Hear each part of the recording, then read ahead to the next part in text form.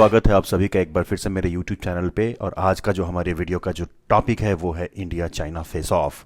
और इस वीडियो की शुरुआत में ये कह के कहना चाहूँगा कि जब गीदड़ की मौत आती है तो वो शहर की तरफ भागता है, ठीक वैसे ही चाइना चारों तरफ से फंसने के बाद बड़ी बुरी तरीके से तिलमिलाया हुआ है, तड़प रहा है। वो अभी चीन की हालत छोटे मंदिर के उस बड़े घंटे की तरह हो गई है जिसे छोटे छोटे बच्चे बजाने के लिए मचलते रहते हैं और मौका मिलते ही कोई बाएं तरफ से, कोई दाहिने से, कोई आगे से, कोई पीछे से घंटी बजा के मजे लेता रहता है।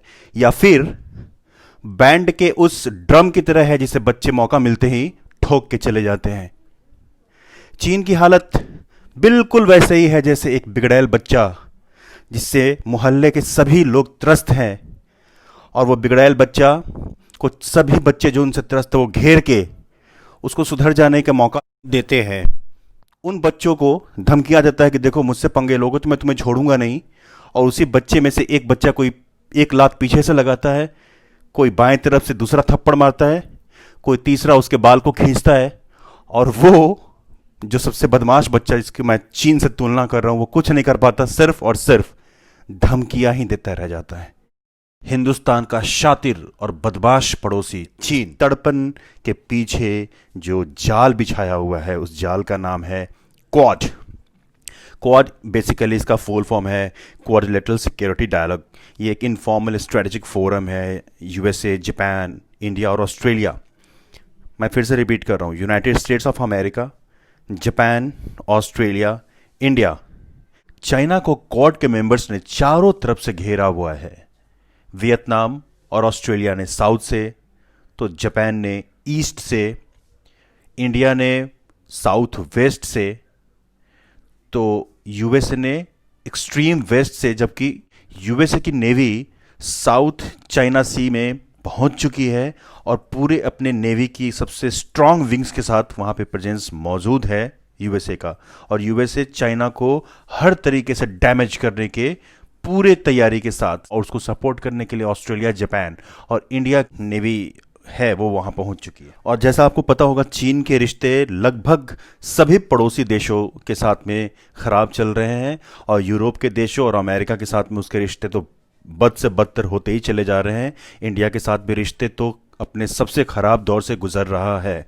रशिया के साथ उसके ऐतिहासिक अगर घटनाओं को अगर हम याद करें और आज की परिस्थिति देखें तो रशिया भी उनके वेल विशर्स में से नहीं है। तो चीन को घेरने के लिए सिर्फ भारत ही नहीं लगा हुआ है, दुनिया के और भी कई देश इसके फिराक में हैं कि किस तरह चीन को सबक सिखाया जाए। इसके लिए दिल्ली में एक बड़ी मीटिंग होने वाली है। ये वो मीटिंग होगी जिसमें यह तय किया जाएगा कि चीन को कैसे घेरा जाए और दुनिया के कौन कौन से देश हैं जो भारत के साथ मिलकर चीन को अंजाम तक पहुंचाने में मदद करेगा। ड्रैगन को घेरने के लिए भारत ने ऐसी चाल चल दी है कि चीन की स्थिति अभी से खराब होने लगी है, इसलिए चीन अब थोड़ा सा बैकफुट पे जाने लगा है। इस बार चीन को घेरने के लिए भारत ने जो प्लान तैयार किया है उसका नाम क्वाड है। मतलब साफ है कि ड्रैगन के लिए शह और मात के लिए दिल्ली में प्लान बनने वाला है। इस बार चीन को घेरने के लिए जो प्लान बना है उसके मुताबिक चीन को घेरने के लिए नाटो की तरह एक बहुत ही मजबूत संगठन बनने वाला है।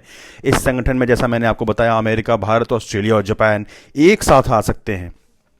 यह सब कुछ सिर्फ चीन को घेरने के लिए किया जा रहा है। इस बार अमेरिका इंडो पैसिफिक रीजन के अपने साथियों भारत, जापान और ऑस्ट्रेलिया को साथ लाना चाहता है। कहा जा रहा है चीन पर लगाम कसने के लिए नॉर्थ अटलांटिक ट्रीटी ऑर्गेनाइजेशन जैसा एक गठबंधन, एक ट्रीटी साइन कर सकते हैं सारे देश मिलके। बताया जा रहा है कि अमेरिका इस लक्ष्य को लेकर आगे बढ़ा है कि इन चारों देशों के साथ दूसरे और भी देशों जिनको चीन हमेशा चुनौती देता रहा है उन सबको एक प्लेटफॉर्म पे लेके आना है। अमेरिका के जो डेप्यूटी फॉरेन मिनिस्टर हैं स्टीफन बिगन ने इस बात की जानकारी भी दी है। अमेरिका का लक्ष्य है 4 देशों के साथ दूसरे देशों को मिलाकर चीन की चुनौती को खत्म कर देना।